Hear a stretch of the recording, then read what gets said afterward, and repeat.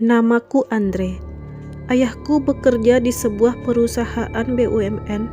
Beliau termasuk orang yang keras dalam mendidik anak, terutama anak lelaki. Namun demikian, menurutku beliau sungguh sangat demokratis. Malangnya, ketika kelas 1 SMP, aku pernah mengecewakannya. Karena aku terpaksa di DO atau drop out dari sekolah. Karena aku adu jotos dengan salah seorang guruku yang menurutku seorang penjilat sejati. Akibat dari kenakalanku ini, aku harus menerima konsekuensi harus pindah ke Padang, Sumatera Barat, agar bisa naik ke kelas 2 tanpa harus mengulang. Di Padang aku menyelesaikan masa SMP-ku dengan lancar hingga kelas 2 SMU. Aku dan Noviandi, yang seterusnya aku panggil Nopeng, pernah membuat geger satu sekolah dan jadi pemberitaan di beberapa media massa. Itu karena sepupu papaku, ketua PWI, yaitu Persatuan Wartawan Indonesia, di mana pemberitaan tersebut sangat rutin memberitakan kami yang tersesat selama 7 hari di Gunung Merapi. Mencintai dunia mendaki dan bergiat di alam bebas kumulai sejak kelas 1 SMA, dan aku telah mendaki Gunung Singgalang sebanyak 2 kali. Kegilaanku dengan hobi ini semakin menjadi-jadi sejak aku tergabung dalam salah satu ekstrakurikuler siswa pencinta alam atau Sispala. Hobi yang sangat ditentang oleh tanteku dan keluarganya. Setiap kali aku meminta izin untuk mendaki gunung, aku tak pernah mendapatkan izin. Namun aku tetap mendaki, karena aku cinta alam rimba, mencium bau tanah hutan, sejuknya udara yang menusuk kulit, suara alunan gemericik air, sambil menikmati kopi susu di puncak gunung. Nikmatnya. 3 hari sebelum kejadian tersebut, aku dengan 4 orang kawanku, Nopeng, Uncu, Firman, dan Iwan, yang juga tergabung dalam Sispala di sekolahku, berencana akan mendaki Gunung Merapi. Gunung yang memiliki ketinggian 2.891 mdpl ini adalah gunung kedua yang sangat ingin kudaki setelah 2 kali berhasil mendaki Gunung Singgalang, yang rutenya lebih berat dibandingkan dengan Gunung Merapi. Segala persiapan untuk mendaki pun mulai dikumpulkan. Hingga tibalah harinya, kami berangkat dari Padang ketika matahari mulai terbenam. Dengan naik bus menuju Kota Baru yang berjarak sekitar 3 jam perjalanan, rute normal untuk mendaki Gunung Merapi. Setelah tiba di Kota Baru, udara dingin mulai menusuk tulang. Kami makan dulu untuk mengumpulkan energi, dilanjutkan dengan sholat Isya di Masjid Kota Baru. Sesudah sholat, kami mulai melakukan pendakian. Baru 15 menit perjalanan, salah satu kawanku menanyakan kacamata yang kukenakan. Dan aku tersadar, kalau kacamata itu telah tertinggal di masjid tempat kami sholat tadi. Dan salah satu dari kami pun pergi untuk mengecek ke masjid tersebut. Dan anehnya sudah tidak ada lagi. Dan perjalanan pun dilanjutkan. Kami juga mendaftarkan nama di pos Pasanggerahan, tempat memulai pendakian gunung tersebut, sekaligus membayar retribusi kepada penjaga pos. Perjalanan pun dilanjutkan. Sebenarnya, sudah banyak hal aneh yang terjadi dalam perjalanan tersebut. Ketika aku berada di barisan paling belakang, seperti ada suara-suara yang berisik di belakangku. Dan setiap aku menoleh ke belakang, tidak ada apa-apa. Dan hal tersebut juga dirasakan kawanku Firman. Dan dia langsung menemaniku berjalan beriringan di posisi belakang. Ketika menempuh jalan sempit, dia yang menggantikan posisiku di belakang.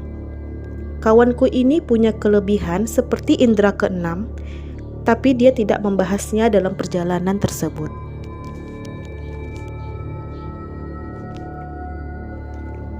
Matahari pagi mulai bersinar. Kami sudah sampai di batas vegetasi atau cadas. Puncak Merapi pun telah kelihatan. Iwan dan aku yang pertama kali sampai di cadas tersebut disusul Nopeng, Firman, dan Uncu yang selama perjalanan aku terus perang mulut dengan mereka. Kami beristirahat, masak, dan mengisi energi. Aku sendiri saat itu merasa tidak bisa mengontrol emosiku. Aku lupa penyebabnya. Hingga aku membuang salah satu periuk yang kami gunakan untuk memasak. Kemudian membawa tas sandang yang agak kosong, karena perlengkapan logistik kami sudah dikeluarkan semuanya. Aku membawa beberapa batang rokok. Kukatakan pada keempat kawanku kalau aku mau ke puncak. Aku mulai menapaki jalan yang lebih kurang setengah jam menuju puncak Merapi. Kemudian terdengar Nopeng memanggilku. "Dre, aku ikutlah." "Taiklah kau, pergi sendiri-sendiri aja." Aku jawab. "Hush, mulut Peng, di gunung ini, jaga mulutmu." "Astagfirullah," Nopeng menjawab sambil menutup mulutnya. Dia pun kemudian menyusulku yang baru setengah jalan menuju puncak. Kami tiba di kawasan puncak gunung tersebut. Aku takjub dan bahagia, hilang segala penat. Letih setelah berjalan hampir 10 jam. Aku melihat ada tugu salah seorang pendaki yang meninggal di Gunung Merapi tersebut yang bernama Abel Tasman. Menurut cerita dari pendaki-pendaki lain, dia meninggal karena menyelamatkan seseorang yang terjebak di kawah gunung tersebut. Secara refleks, aku mencium tugu tersebut. Banyak pendaki-pendaki lain yang tersenyum kecil melihat ekspresi berlebihanku saat itu. Akhirnya, aku dan Nopeng berjalan-jalan mengitari puncak yang terdapat banyak kawah-kawah hingga menuju puncak Merpati. Salah satu puncak yang top di Gunung Merapi. Beberapa menit kami di atas puncak sambil menikmati suasana Merapi sejauh mata memandang, terdampar permadani hijau. Betul-betul menenangkan. Setelah menghabiskan rokok, aku dan Nopeng melanjutkan perjalanan ke ladang bunga Edelweiss. Disinilah awal kisah nyata yang membuktikan bahwa Tuhan punya rencana lain terhadap kami berdua. Kami mulai menuruni puncak Merapi dan menuju ladang Edelweiss, tumbuhan misterius yang tumbuh di kawasan Gunung Merapi, dan setiap gunung menampilkan bentuk dan ciri khasnya masing-masing. Aku dan Nopeng dengan sigap dan penuh antusias memetik bunga abadi tersebut. Pada saat itu, ada beberapa pendaki lainnya yang juga memetik bunga tersebut. Kami memetiknya seperti lupa waktu. Setiap mata memandang ke arah bunga tersebut terus memikat kami. "Peng, sudahlah, cuma tinggal kita yang ada di ladang ini," kataku pada Nopeng yang tetap semangat memetik bunga. Hingga bunga tersebut penuh hampir setengah tas kami. Ketika kami ingin kembali turunlah awan gelap yang membuat kami sulit mengingat kembali jalan pulang. Kami berputar di sekitar kawasan puncak Gunung Merapi. Perasaanku mulai tidak enak. Nopeng yang berada paling depan sibuk berputar-putar mencari jalan keluar, dan aku yang berada di belakang memanggilnya untuk berhenti dan tenang. "Peng, berhenti dulu. Ayo kita berpikir dan menenangkan diri. Kita sedang panik saat ini, Peng." Nopeng pun akhirnya menungguku dan kami duduk terdiam. "Gimana selanjutnya, Andre?" "Aku pun gak tahu. Kita coba tunggu aja dulu. Mudah-mudahan kabut ini menghilang," jawabku pasrah. Kabut pun mulai menghilang sedikit. Nopeng kembali memimpin perjalanan. Kami berputar mencari jalan untuk turun ke bawah. Sampai suatu ketika, kami melihat ada sekelompok pendaki, jumlahnya aku lupa. Mereka terdiri dari laki-laki dan perempuan. Aku bertanya pada mereka, "Pak, mau kemana?" "Kami juga lagi kehilangan arah," sambungku lagi. "Kami mau turun, Pak, lewat jalur Simabur. Kalau Bapak mau ikut, boleh gabung bersama kami," tawanya. Jalur Simabur merupakan jalur yang naik melewati daerah Simabur, Batu Sangkar, Kabupaten Tanah Datar. Sementara kami naik lewat Kota Baru, daerah Padang Panjang. Kemudian aku menanyakan pendapat si Nopeng. "Gimana, Peng? Kita gabung aja?" tanyaku. "Gak usah, Andre. Perasaanku tidak enak," jawab Nopeng yang berdiri di belakangku. Aku melihat ke kelompok tersebut. Aneh juga. Aku lihat satu persatu pendaki itu, yang laki-laki seperti tersenyum-senyum, sementara yang perempuan menangis sesenggukan. Dan dengan berat hati, aku mengikuti keputusan Nopeng untuk tidak ikut bergabung turun gunung bersama kelompok tersebut. Perjalanan mencari jalan keluar kembali dipimpin oleh Nopeng. Setelah lebih kurang 4 atau 5 jam, aku tak bisa memberitahu waktu pasnya. Meski si Nopeng memakai jam, tapi aku dan dia pun tak ingat lagi perihal waktu karena panik.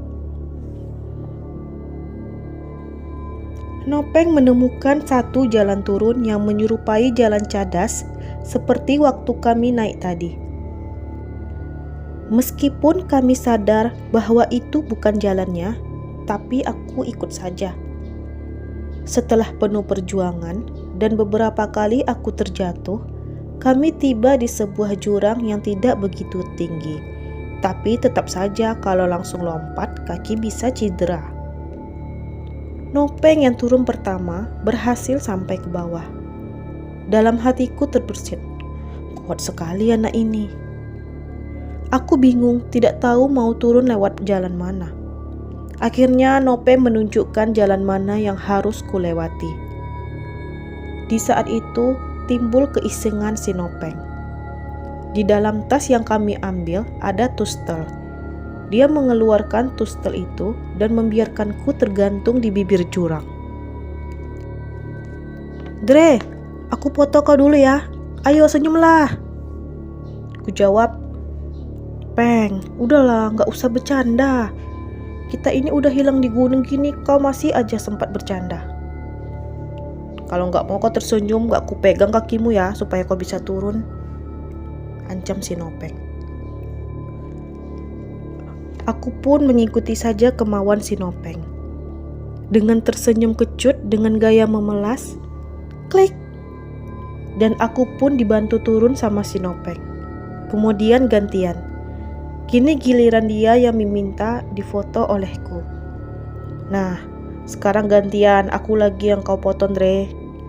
Lagi-lagi aku ikuti kemauannya dan sesi foto-foto pun selesai. Perjalanan pun dilanjutkan beberapa kali. Kami temui jalan curam, namun mampu kami lewati. Hingga kami bertemu lagi jurang ke bawah yang lumayan tinggi. Nopeng yang pertama kali mencoba untuk turun berhasil melewati jurang tersebut. Aku terdiam. Kali ini sepertinya aku benar-benar tak mampu melewati jurang ini.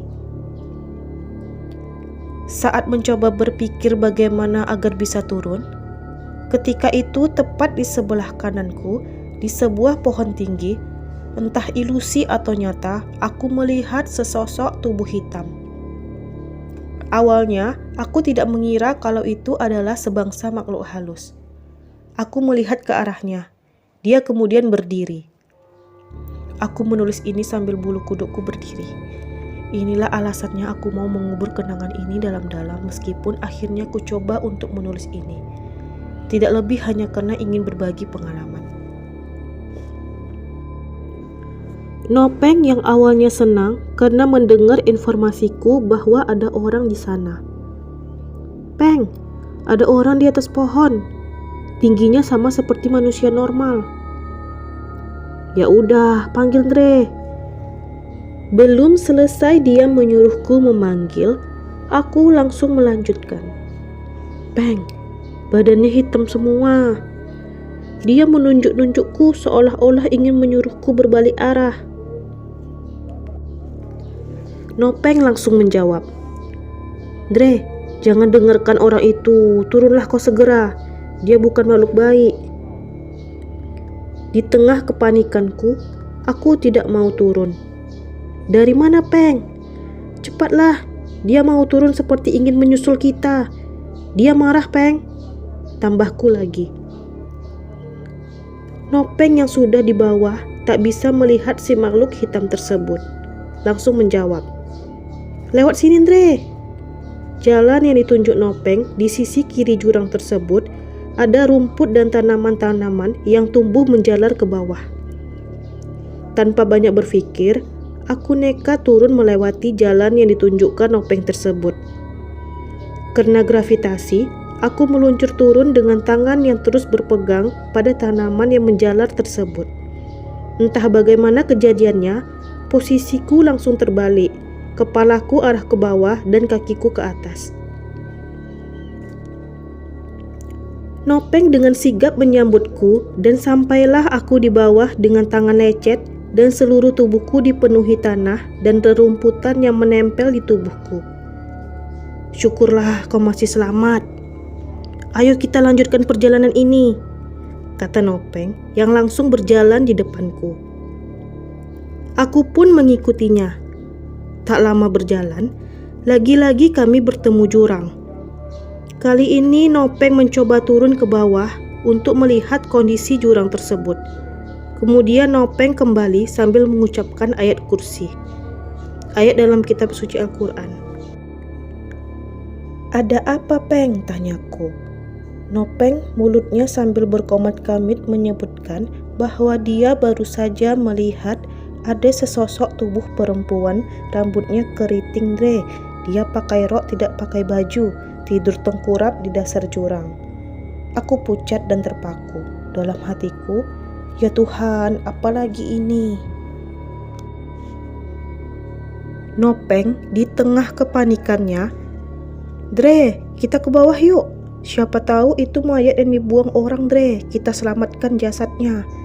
Langsung ku jawab, "Peng, tunggu dulu. Tadi dia kau bilang pakai rok kan? Mana ada pendaki gunung pakai rok, Peng? Mana tahu itu jebakan makhluk halus di sini. Kita berdoa saja, Peng. Mudah-mudahan Tuhan memberi jalan keluar pada kita." Lalu aku sambil terus memohon agar tidak dihantui makhluk gunung, Nopeng yang tetap mengambil posisi mencari jalan keluar dari gunung yang mulai menakutkan ini. Kami tak melewati jurang itu, tapi mengambil sisi kiri di bibir jurang, melewati rimba belantara tak bertuan. Berjalan semakin cepat, berkali-kali aku tertinggal di belakangnya dan terus menyorakinya agar berjalan pelan-pelan. Di tengah perjalanan, aku pun mulai pasrah. Aku tanya pada Nopeng, "Masih jauh, Peng?" Nopeng menjawab, "Enggak, Dre. Sebentar lagi kita sampai. Di bawah ini ada jalan raya. Kita sampai nanti. Bertahanlah. Kalau sudah sampai di bawah ada nasi goreng, teh manis. Kita nanti pulang numpang truk aja, Peng. Aku pernah lewat sini, Dre. Percayalah," katanya meyakinkanku yang sudah putus asa. Awalnya aku percaya saja, tapi akhirnya aku tahu bahwa kawanku ini berbohong. Dia hanya tidak ingin melihat aku putus asa dan menyerah. Lalu dengan seketika langsung kulepaskan sendalku kedua-duanya, kemudian kubuang. Ini kulakukan karena kulihat si Nopeng sudah tidak pakai sendal lagi dan dia hanya pakai baju tanpa lengan dan celana lapangannya yang pendek.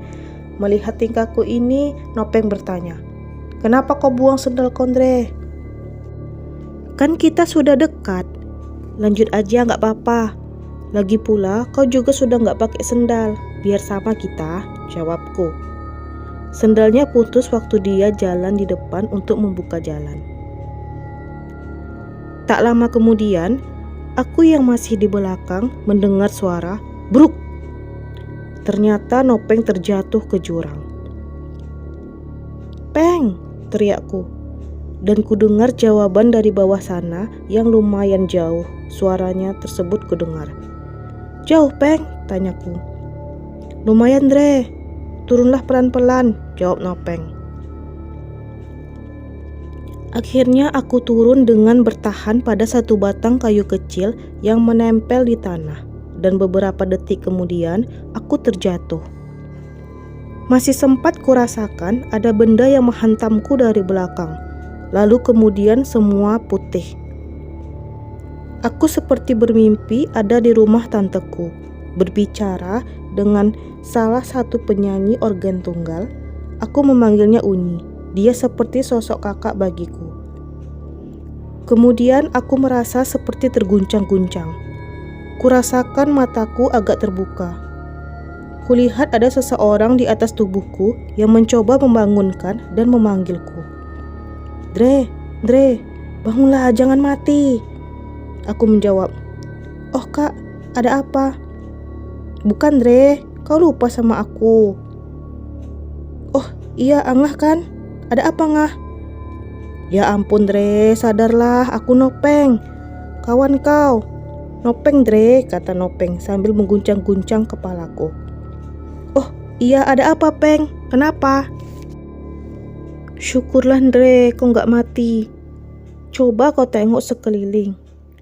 Aku pun melihat sekeliling. Kulihat semua hijau dan kudapati aku sedang berada di pinggir sungai di dekat bebatuan yang airnya mengalir deras. "Kita tersesat di gunung, Dre. Ayolah, ingat semuanya.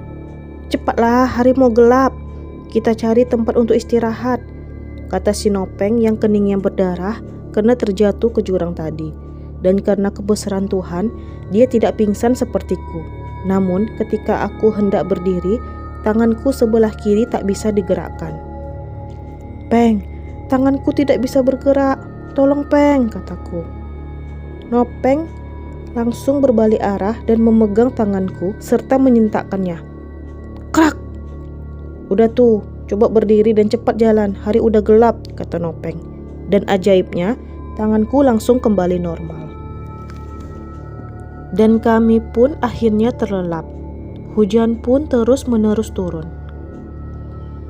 Paginya, ketika terbangun, yang tampak di sekeliling mata memandang hanyalah hijau dan air sungai yang mengalir. Di sini, aku masih melewati jalan-jalan yang semakin terjal.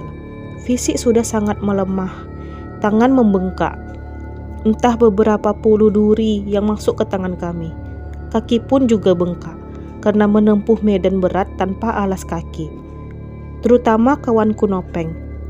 Celana yang dia kenakan pertama kali mulai mendaki gunung ini terlihat pas di pinggang, namun saat itu sudah tampak turun setengah. Teriakan-teriakan minta tolong sudah jarang kami keluarkan. Berjalan terus-menerus dan berharap ada setitik asa di hari keempat ini. Kami melewati jalan-jalan rimba. Nopeng paling depan dan selalu cepat jalannya. Aku terus tertinggal di belakang. Barangkali ini yang membuat kami rajin perang mulut. Hingga kami bertemu lagi dengan jurang yang tidak begitu tinggi. Air mengalir deras ke bawah. Disinilah aku dan Nopeng terpisah hampir 2 jam lamanya. Nopeng yang jalan pertama mencoba mendaki sisi jurang sebelah kiri. Karena kemampuan climbingnya yang baik, dia pun lolos ke atas sisi jurang tersebut dengan berpegangan pada rumput yang tumbuh di sisi jurang tersebut. Namun, aku masih tetap di bawah dan dia sudah tak tampak lagi dari pandanganku. "Peng, gimana aku mau lewat? Jalan ke atas rumputnya sudah tak kuat lagi," teriakku. "Lewat aja dari sungai itu, Dre, lompat aja," jawab Nopeng dengan suara yang menggigil. "Gak mungkin, Peng, aku takut air sungai ini dalam. Arusnya cukup besar," jawabku. Kami terdiam beberapa saat. Dre, lewat aja lah, nanti nggak bisa kita mencari tempat istirahat. Lompat aja lah, kalau kau mati aku juga mati. Aku tak punya pilihan. Kukumpulkan semua nyaliku, kututup hidungku.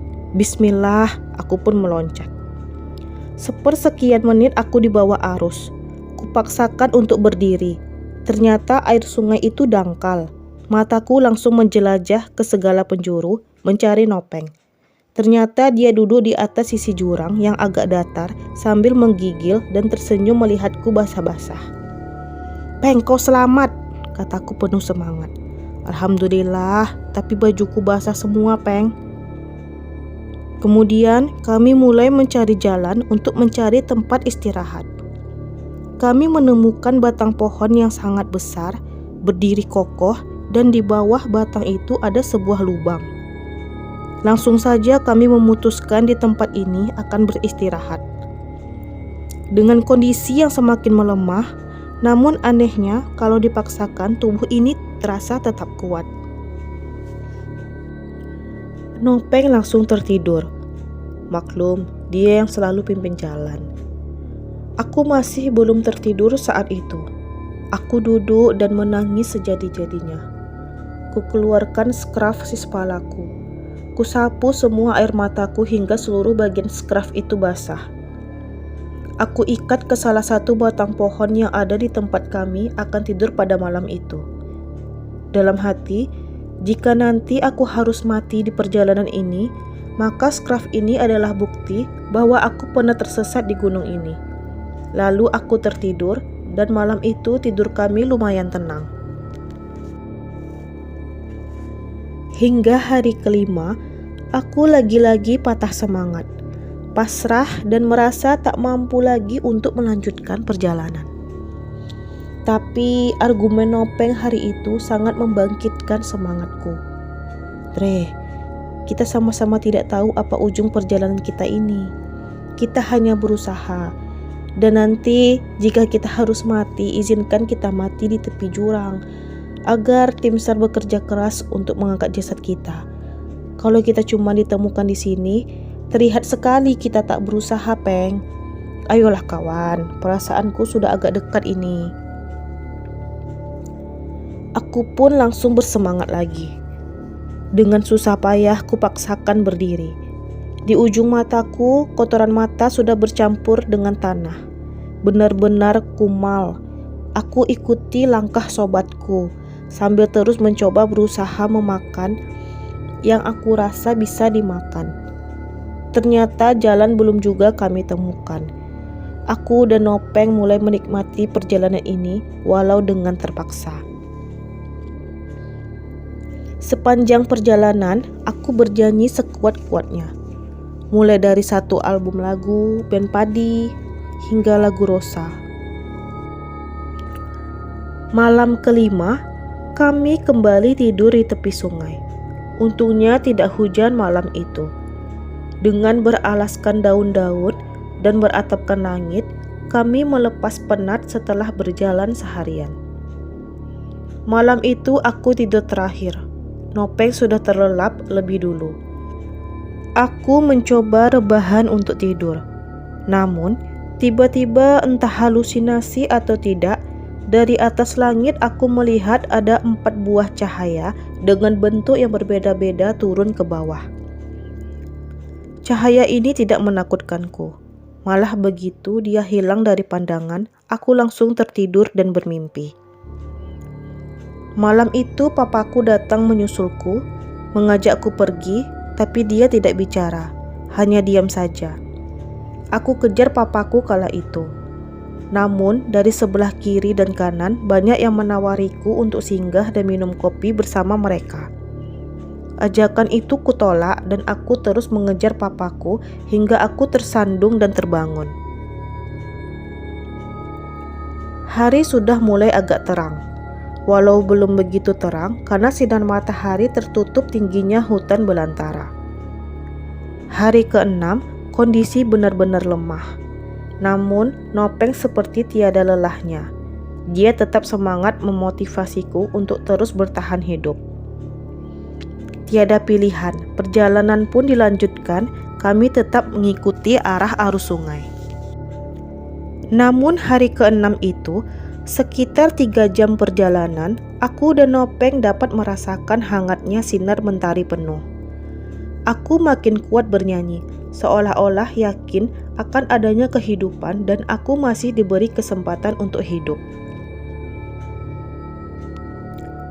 Begitu juga Nopeng. Banyolan-banyolannya membuat perjalanan yang sedih dan mengharukan ini jadi lebih indah.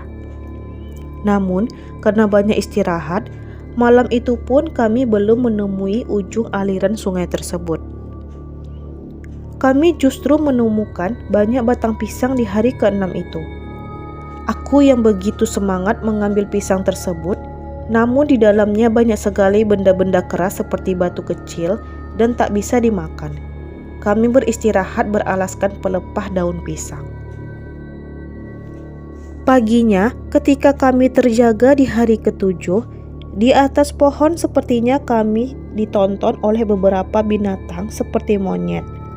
Namun bulunya berwarna kuning. Dia meloncat ke sana kemari. Aku langsung membangunkan Nopeng. "Peng, banyak monyet di atas sana, warnanya kuning." Aku coba menjelaskan pada Nopeng. Nopeng melihat ke atas dan melihat monyet-monyet itu begitu bising. Dia melanjutkan tidurnya. "Telungkup aja Kondre, supaya kalau monyet itu terjatuh, dia tak menerkam muka kita," kata Nopeng cuek saja. Aku langsung telungkup dan melanjutkan tidurku. Kemudian aku tersentak dan kulihat Nopeng menumbangkan sebatang pohon pisang yang aneh itu. Dia mencoba memakannya, namun tak jadi karena banyak batu-batu di dalamnya. "Pisang apa ini?" Kemudian kami melanjutkan perjalanan kami. "Sudah dekat ini Ndre," Nopeng berkata penuh semangat. Aku tidak membantah, memaksa bangun dan melanjutkan perjalanan kami. Baru sekitar 5 jam kami berjalan, Nopeng yang paling depan teriak di atas jurang, "Ndre, ada perumahan penduduk. Di sini akhir jalan kita Ndre. Tapi jalan turun sudah tidak ada lagi. Sepertinya kita mati Ndre."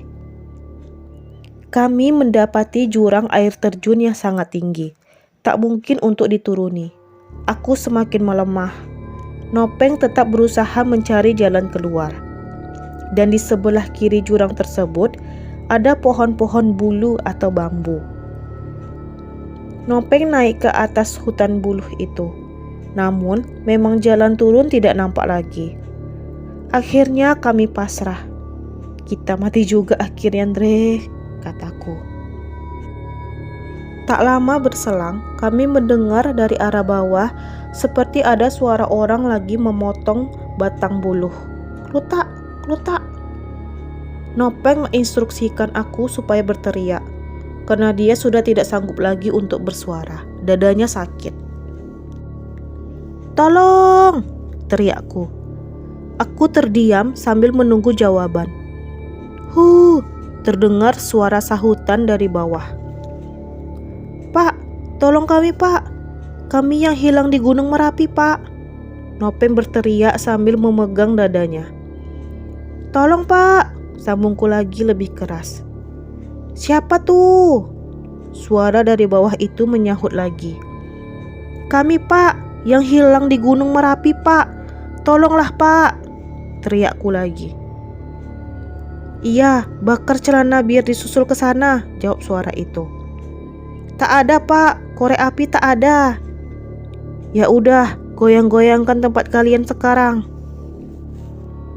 Nopeng langsung menggoyang-goyangkan batang buluh yang ada di dekat itu. "Sudah kelihatan Pak."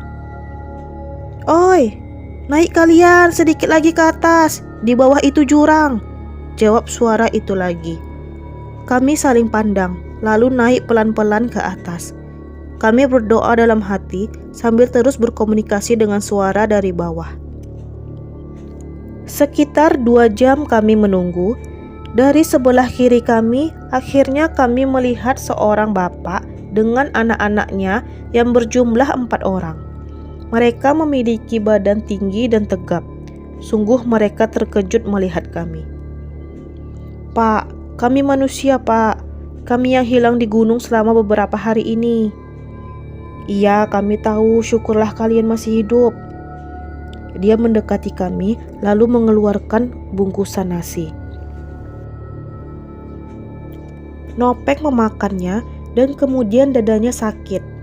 Ketika aku mencoba makan, ternyata aku tidak apa-apa, namun air minum tidak ada. "Sekarang kita turun ke bawah. Bagaimana, kalian masih kuat jalan?" tanya si bapak. Kami coba berdiri dan ternyata tak mampu. Akhirnya kami digendong di punggung oleh si bapak dan keempat anaknya secara bergantian. Kami pasrah dan senyum-senyum sendiri. Sambil berjalan, antara sadar dan tidak, akhirnya kami dibawa ke posko, di mana terdapat banyak tim SAR dan relawan yang masih setia dan yakin bahwa kami masih hidup. Sungguh perjalanan ini sangat melelahkan. Mereka menyambut kami dengan penuh antusias dan ucapan selamat atas keberhasilan kami dalam menaklukkan kekejaman Gunung Merapi. Kami pun dibawa oleh ambulans ke rumah sakit, sambil didampingi beberapa wartawan dan jurnalis yang setia menunggu ending dari cerita kami dan kisah-kisah yang ada di dalamnya. Terima kasih Tuhan, Kau masih beri kami kesempatan sekali lagi.